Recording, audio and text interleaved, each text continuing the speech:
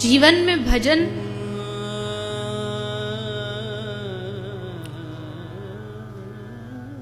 अपने साधनों से नहीं आता है।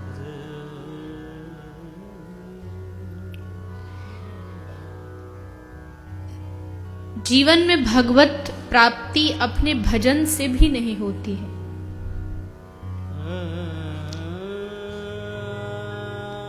लेकिन ऐसा संत जिसका आधार ही राधा नाम हो, कृष्ण नाम हो, उस किसी महापुरुष का सानिध्य और कृपा मिलना ही जीवन की उपलब्धि है। एक ऐसा संत जो वृंदावन की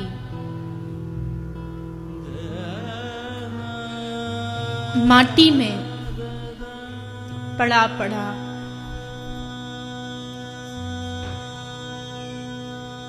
बस कृष्ण को पुकारता हो, राधा रानी को पुकारता हो, ऐसे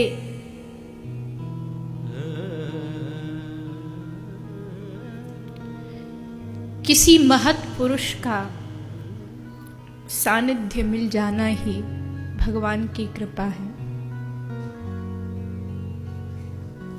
और ऐसे संत नहीं है, ऐसा नहीं है,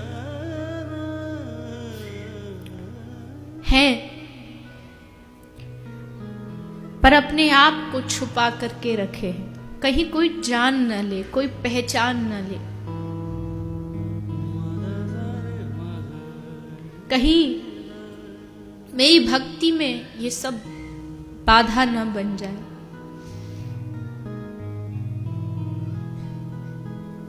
साधारण वेश, हाँ, चेहरा जरूर दिखा देता है कि इसके जीवन में भजन के अलावा और कुछ भी नहीं। उसकी आंखों की चमक, उसकी आंखों की करुणा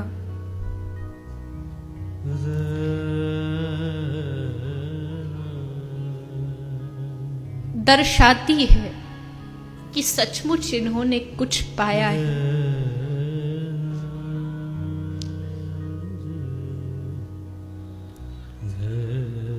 लगता है मानो श्री कृष्ण इनके साथ खेलते होंगे, राधा रानी इनके साथ लीलाएं करती होंगी।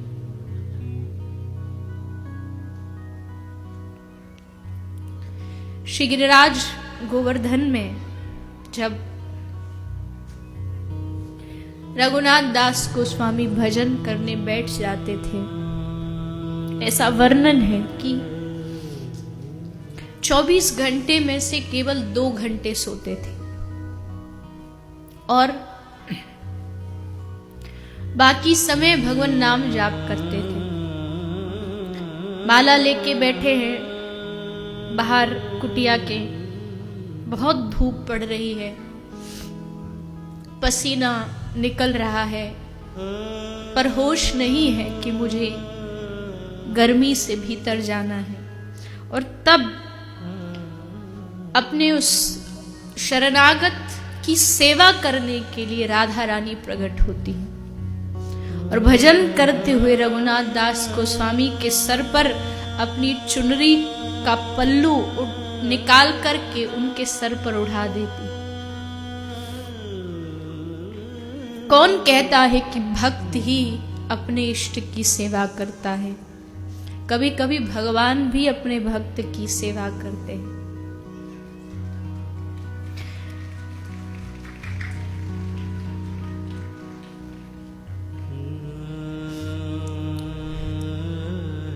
तेर कदम रूप गोस्वामी पाद भजन करते हैं। एक दिन भाई सनातन आ गए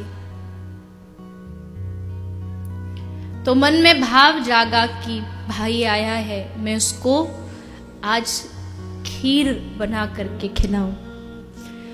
पर वैरागी आदमी किसी चीज का संचय नहीं करते थे, कुटिया में कुछ नहीं रहता था, कहां से खीर लाऊं। तो अपने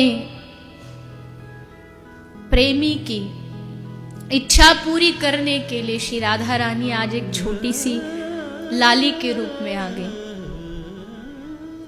हाथ में डब्बा लगा है और ला करके कहती है, अरे बाबा, ओ बाबा सुन, देख मैं तेरे ताई खीर लाई।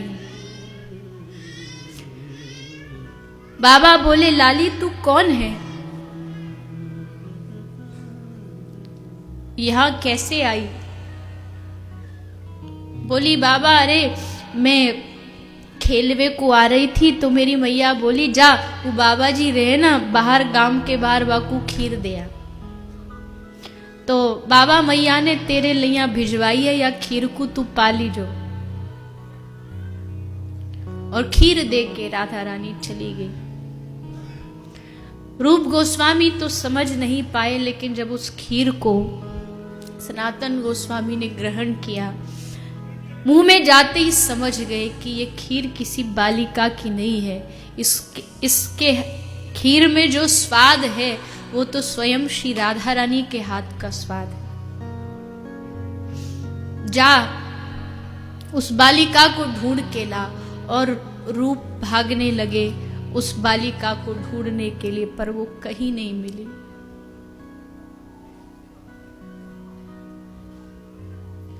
ब्रज के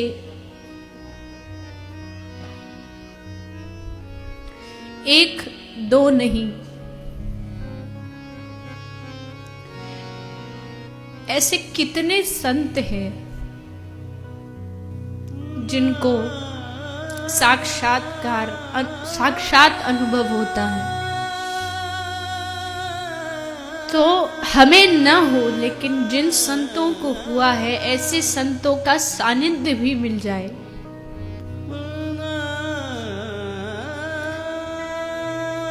जिनको आज भी श्री राधा रानी की पायल सुनाई देती है, कृष्ण की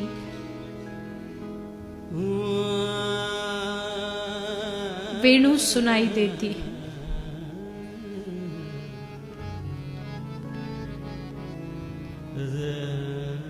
ब्रज धाम ही ऐसा है जहां पड़े रहने से एक ना एक दिन जो पुकार है वो श्री कृष्ण तक पहुंच ही जाती है।